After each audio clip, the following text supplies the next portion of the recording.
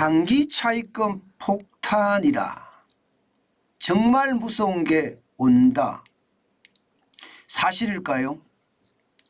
여러분, 사실일 가능성이 굉장히 높습니다. 이거 한번 보세요. 한국은행이 발표하는 거예요.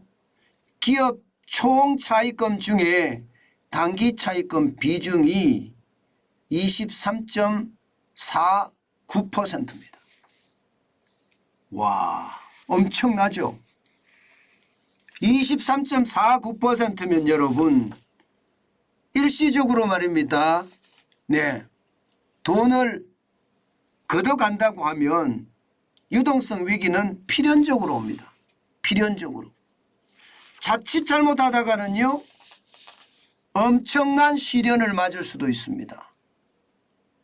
왜 그러냐고요? 근거가 뭐냐고요? 여러분 이거 한번 보세요. 이거를 보면 근거가 확실하게 드러납니다. 예, 기업의 총 차입금은 현재 채권하고요, 대출금하고 다 합쳐 보니까 2,561조 9,910억 원입니다. 그중에 단기 차입금은요, 만기 1년 이내 자금을 단기 차입금이라고 하는데 채권 발행이나 대출금 포함해서예요. 600조가 넘어섰습니다. 601조 8,310억 원입니다. 무려 23.49%예요. 이 23.49%라는 것은요, 바로 옆에 한번 보시죠. 바로 옆에 빨갛게 박스를 쳐놓은 것을 보면 2008년 금융위기 때 단기 차입금 비중이 얼마였느냐? 23.89%예요. 이러면 여러분, 지금이 말입니다, 단기 차입금 비중으로 봤을 때는 글로벌 금융위기 때하고 같다는 겁니다. 굉장히 큰 위험에 빠져 있다는 이야기예요. 이것은 어찌 보면 말입니다, 엄청나게 무너질 수도 있습니다. 여러분, 우리하고 경제 규모가 비슷한 나라가 G7 국가 중에서는 이탈리아입니다. 이탈리아는요 20.98%예요. 우리보다 낫죠. 20.98%. 일본이요? 일본은요 1.27%밖에 안 됩니다. 일본은 1.27%. 거기에 비하면 대한민국의 단기 차입금 비중은 굉장히 높죠. 이렇게 단기 차입금 비중이 굉장히 높은 이유는 하나입니다. 하나. 예, 당연히 말입니다. 고금리 여파죠. 금리가 워낙 높게 올라가니까 기업들 입장에서는 장기로 돈을 빌리는 것보다가 단기로 돈을 빌리는 게 훨씬 낫기 때문이에요. 그만큼 말입니다, 상황이 심각하고요. 특히 채권은요, 장기로 빌리려고 해도 빌릴 수가 없습니다. 채권 발행이 안 돼요. 모두들 말입니다, 금리가 올라간다고 방망이를 짧게 잡고 있단 말입니다. 뭐 3개월, 6개월, 뭐 1년 이렇게 지금 방망이를 짧게 잡고 있는데, 내가 뭐 2년짜리, 3년짜리, 5년짜리, 10년짜리 회사채를 내놓으면 사줄까요? 안 사줍니다. 그렇기 때문에 어쩔 수 없이 단기채를 발행할 수밖에 없는데, 이 단기채의 그 충격이 지금 결국은 말입니다, 이자에 대한 부담, 이자 폭탄으로 다가올 거라 그렇게 당연히 생각이 되고요. 더 충격적인 것은요, 이게 말입니다, 예, 기업 환경이 좋아지거나 경제가 나아지면 단기채의 비중이 많아도 버텨낼 수가 있어요. 그런데 기업의 어떤 상황 지금 진짜 좋지 않거든요. 경제성장률이 올해 1.4% 생각합니다. 심지어 여러분, 피치는요, 대한민국의 경제성장률 전망을 1.0%, 1% 하고 있습니다. 그러면 경제가 굉장히 나쁘다는 거잖아요.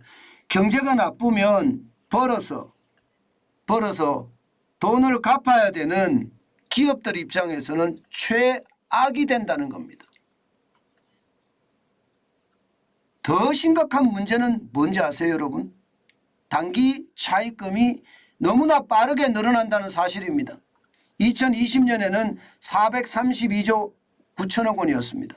그러던 것이 2023년 2분기에는요 601조 8천억 원, 2년 반 사이에 39%나 늘었습니다. 금액으로는 168조 9천억 원이 늘었어요. 굉장히 빠른 속도로 늘죠. 이렇게 단기차입금이 빠른 속도로 늘면요 기업이 감당하기가 어렵습니다. 게다가 단기차입금의 쓰임을 보면 말입니다.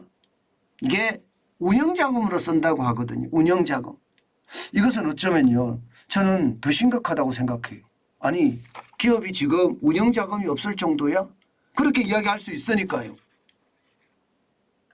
그렇다고 말입니다. 중소기업만 이러냐? 아니에요. 지금 말입니다. 대기업도 마찬가지, 중소기업도 마찬가지, 모두가 다 어렵다고 이야기합니다.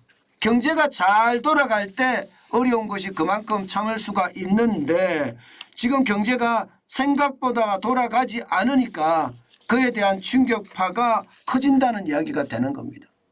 당장 태형건설만 하더라도요 1,900억 원의 단기 차입에 나섰는데 운영자금에 사용되겠다고 공시했습니다.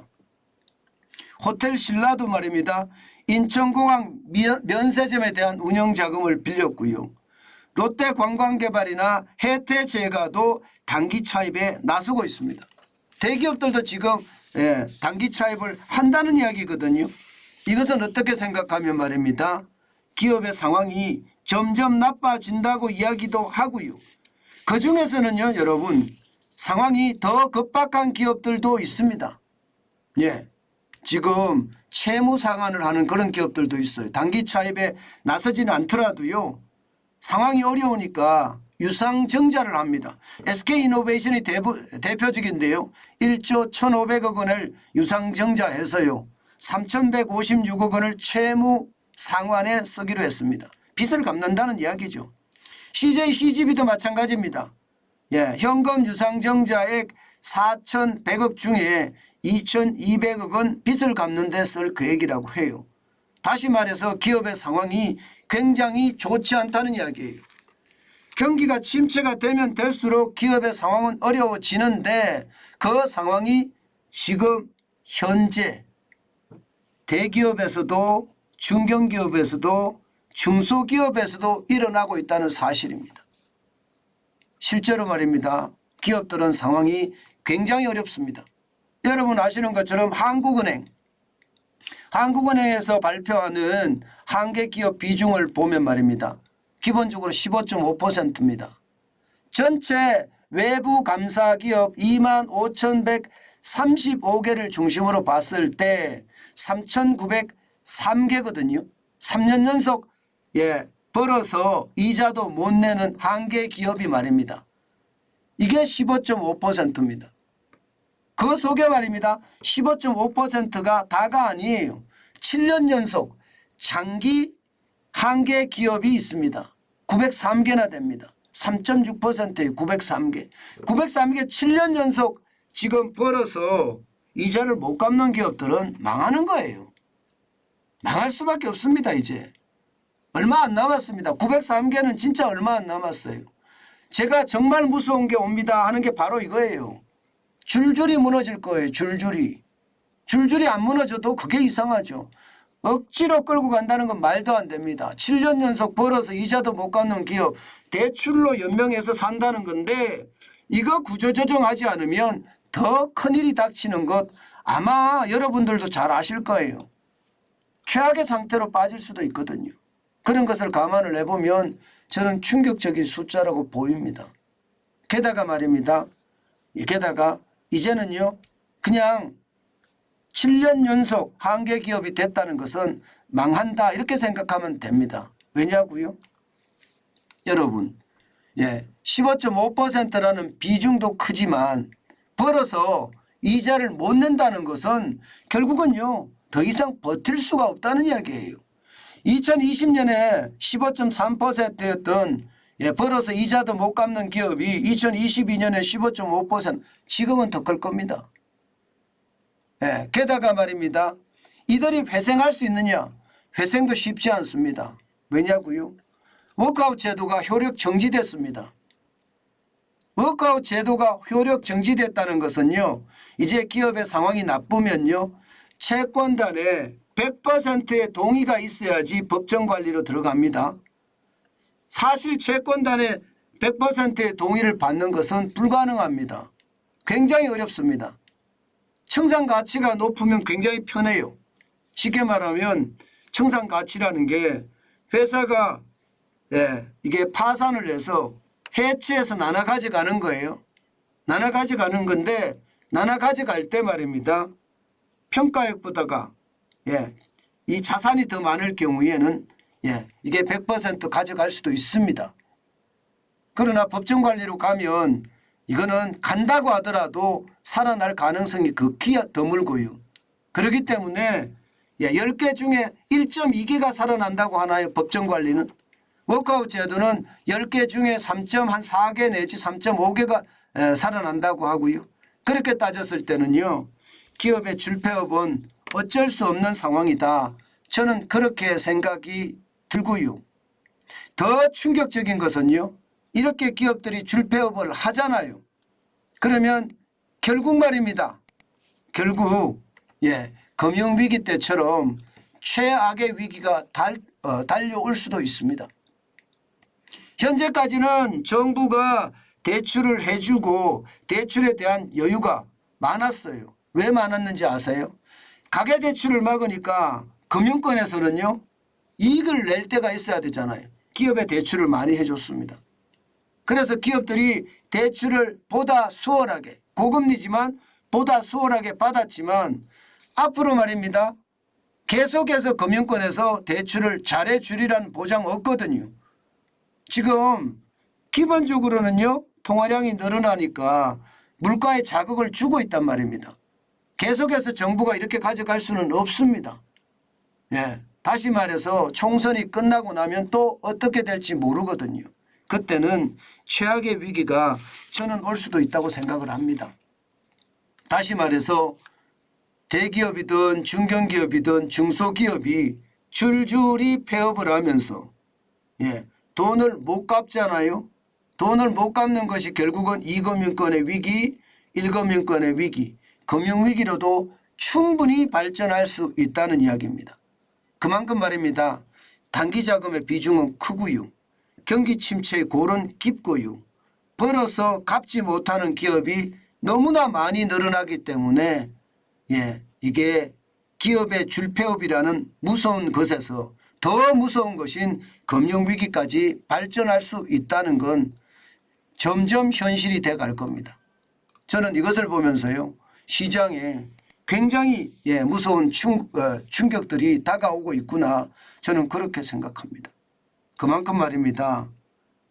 기업들의 상황 지금 생각보다가 좋지 않습니다.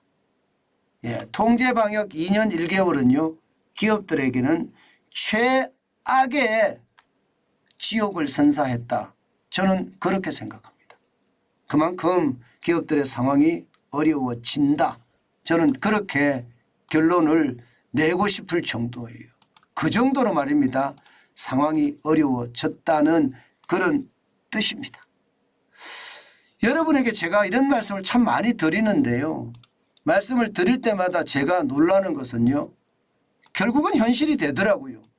정부의 정책적 수단이 좋아서 현실이 안 될 가능성도 있지만 일반적으로는 제가 이야기한 것이 거의 현실이 되더라고요. 그래서 참 안타깝다, 그 생각 진짜 많이 하거든요. 저는 정부가 선제적 대응책을 가지고 시장에 적극적으로 방어를 해야 된다. 그렇지 않으면 기업들이 줄폐업의 어떤 상황은 어쩔 수 없다, 이렇게 생각합니다. 그만큼 어렵다는 이야기죠. 그런 차원에서 보면요, 지금 윤석열 대통령이 사우디아라비아 그리고 카타르를 날아갔잖아요. 중동 전쟁이 이렇게 심각한 와중에 말입니다. 저는 이것을 보면서요, 이 어려운 시기에 대통령이 직접 나서서 우리 기업인들을 대거 데리고 사우디아라비아에 투자도 하고요, 투자 유치도 받고요, 이렇게 할 수 있다는 것은 저는 대단한 큰 용기라고 생각합니다. 예, 필요하죠. 대통령이 앞장서서 기업을 살리고 기업의 수출을 이끌어내는 것, 투자 유치를 받아내는 것, 그 어느 때보다 저는 아주 좋은 조치라고 생각합니다. 아랍에미레이트를 방문했을 때도 아주 호조권을 많이 받아냈는데 저는 이번에도 말입니다. 사우디아라비아와의 어떤 전략적 제휴 아니면 경제 동반자 관계를 더 높여가는 게 굉장히 중요할 거라고 생각하고요. 또한 카타르하고도 아주 강한 유대감을 가지고 제2의 중동 붐으로 우리 경제의 위기를 탈출할 수 있는 방법을 찾아냈으면 진짜 좋겠습니다.